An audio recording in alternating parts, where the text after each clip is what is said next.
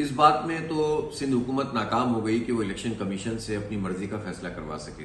Election तो 23 अक्टूबर को होगा।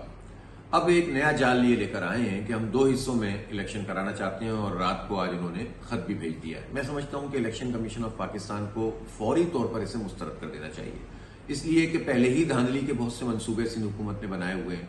अब ये 2 हिस्सों में तकसीम करके तो अपनी पूरी फोर्स जो है वो इनको फोकस करके अपनी मर्जी के नताइज हासिल करेंगे और एक हिस्से में इलेक्शन करा के दूसरे हिस्से से फायदा उठाने की कोशिश करेंगे। इसलिए ये कराची एक इकाई है, एक यूनिट है, एक मेट्रोपॉलिटन सिटी है। इसके हिस्से बखरे हम नहीं करने देंगे। इसको 2 हिस्सों में तकसीम इसकी काबिल कबूल नहीं है। इसलिए मैं इलेक्शन कमीशन से मुतालबा करता हूं कि अब तो जो इन्होंने खत भेजा है जिसमें दोबारा यादा किया है कि इलेक्शन नहीं करा सकते और अगर कराने पड़ जाए तो 2 हिस्सों में कराएंगे, इसका तो नोटिस लेना चाहिए। इस पर तो इनको कंटेम्प्ट का जो है वो पूरी तरह से एक्शन लेना चाहिए चीफ इलेक्शन कमिश्नर को। इसलिए यह काबिल कबूल किसी सूरत में नहीं है। इलेक्शन एक ही दिन में होगा, भरपूर होगा और वजीर आला साहब कराची को भी तस्लीम करें, कराची के लोगों को भी तस्लीम करें और कराची के लोगों के मैंडेट को भी तस्लीम करें, नताइज को कबूल करें। एक ही दिन इलेक्शन होगा और आपको ये कराना पड़ेगा इंशाल्लाह।